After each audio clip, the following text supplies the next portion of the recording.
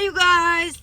Hi. It's Saturday night. We're going to do like an update for her concussion because so many of you reach out. How is she doing? How's your wife doing? And I say, she's doing the best she can because it's very hard to describe what is happening at this stage in her concussion. Yeah.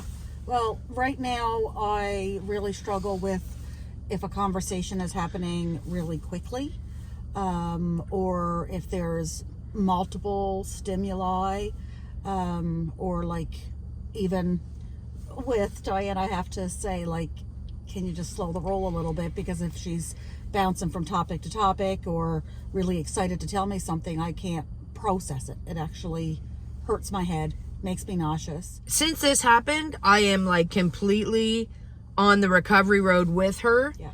But then sometimes I forget, right, that she's still struggling, which is, it's difficult for family members, right? So if you're out there with a concussion, you are struggling, and us as family are also in trying to support and do what we need to do, which is difficult. Another thing that we haven't really discussed is the neurological part, right? So when she walks, one foot doesn't go down the way, how's it supposed to go? When you walk, you're supposed to go like heel, like your heel strikes first. As someone who always wore high heels, I definitely know that. But what's been happening, and I'm practicing, and you know, but my left foot was going down flat, and my right foot, when I was walking, is hitting the right way, like heel first. So I've been practicing with that and just saying to myself, like, heel, heel, heel, as I'm walking, you know, kind of retraining myself to do that. Even with that, I can't handle extra stimuli with doing that. Like when I was at physio the last time and I was trying to do these little exercises to practice for like the motion sensitivity and being able to, you know, walk properly. There was another therapist with their client in that area, and they were having a conversation. They weren't overly loud. They were just having a conversation as they were, you know, working through. And the pressure in my head was so much, and I got so overwhelmed, and I just couldn't. I stopped and I sat on the bench and I just held my head and closed my eyes, thinking that maybe a little break would do it. But it didn't. I had a full-on meltdown.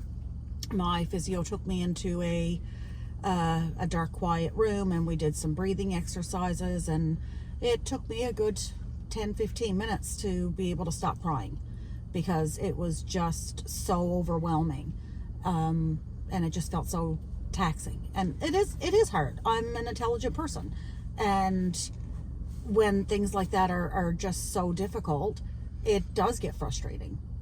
It's heartbreaking, really, right? It hurts my heart to see her like that.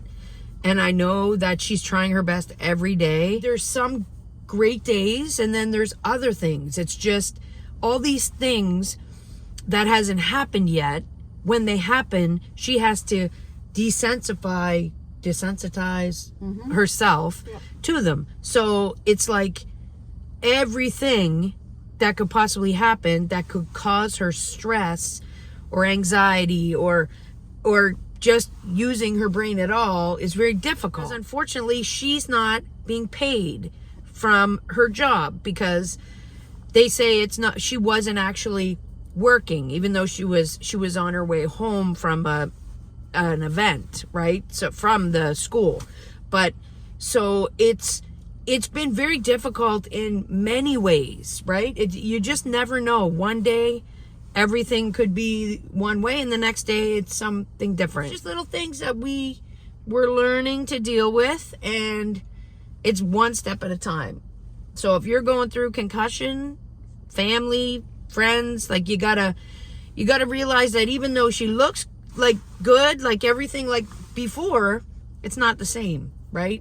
It's baby steps. I don't have the same capacity, and that's why I've got a great concussion specialist.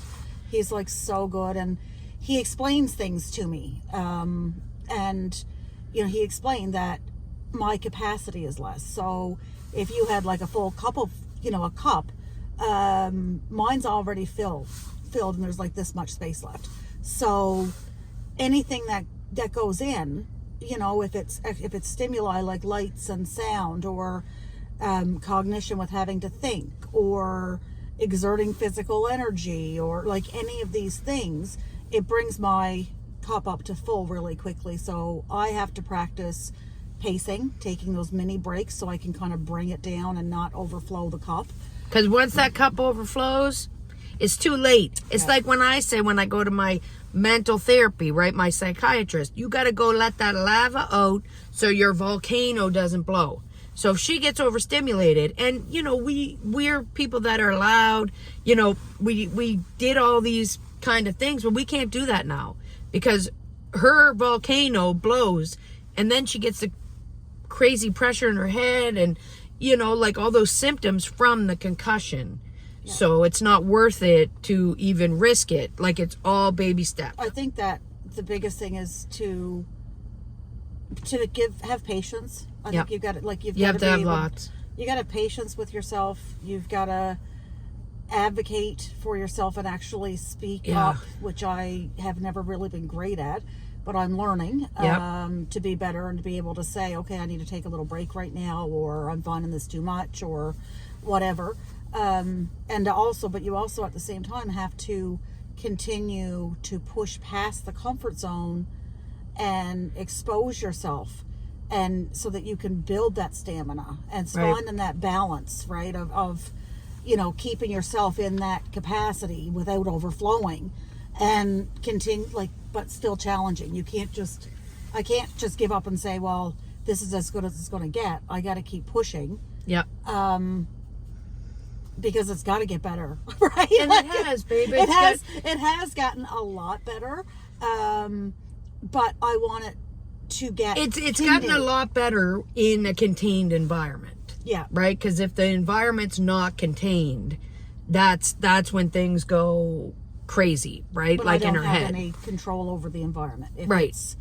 I need to have an escape. I need to have a place that I can take a mini break when I feel that I need it. I need to have a full-on escape sometimes to be able to just get out of that environment. Like I say, when people ask me, she's doing the best she can, and that's what we mean. So we thank everyone for thinking of us and sending your good thoughts. And if you out there have a concussion, or someone that has a concussion, their family, send them this video. Maybe it'll help, because it's hard, right? To all of a sudden the person be completely different than they were before whatever gave them the concussion, right?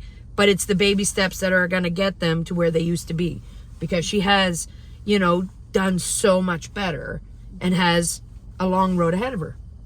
Yep. Right? And we'll persevere and have patience, and that's it. And make progress. That's it. Progress.